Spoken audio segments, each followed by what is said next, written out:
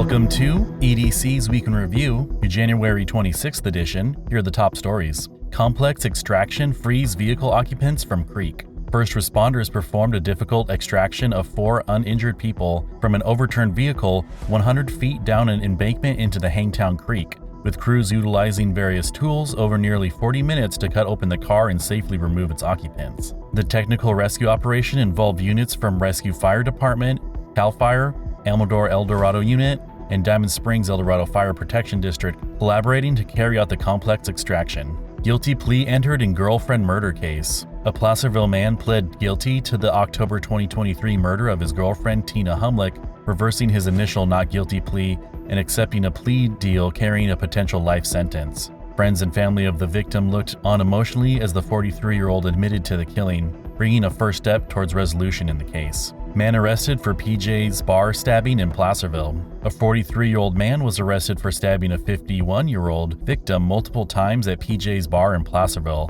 after being located nearby following the attack and taken into custody without incident. The suspect was charged with assault with a deadly weapon and ordered held on a $50,000 bail, with police seeking any potential witnesses to the accident.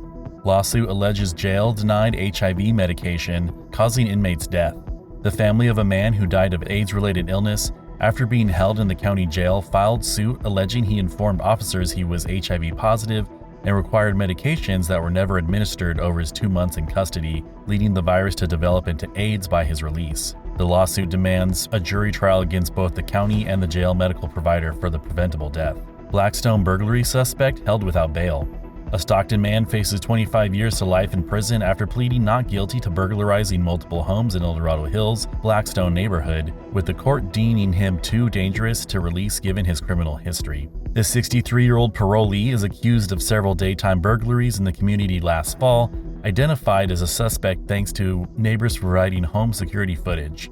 County to receive opioid settlement funds from city. The Placerville City Council voted to provide opioid settlement funds received from major pharmaceutical companies to the county for addressing regional addiction issues. The city is apportioned around $2.2 billion from a statewide settlement, part of which will now direct to the county government to combat the opioid crisis locally.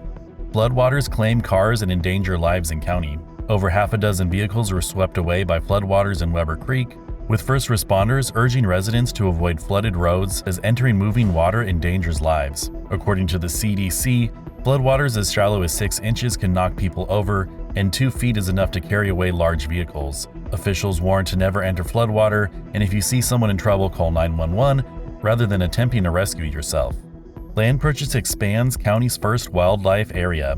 The American River Conservancy acquired an additional 1,025 acres for the planned first wildlife area and nature preserve in the county located along the Cosumnes River. This expands the protected habitat to over 4,000 acres, preserving water quality, oak woodlands, wildlife corridors, and tribal cultural sites using $4.7 million in funds from state conservancy programs.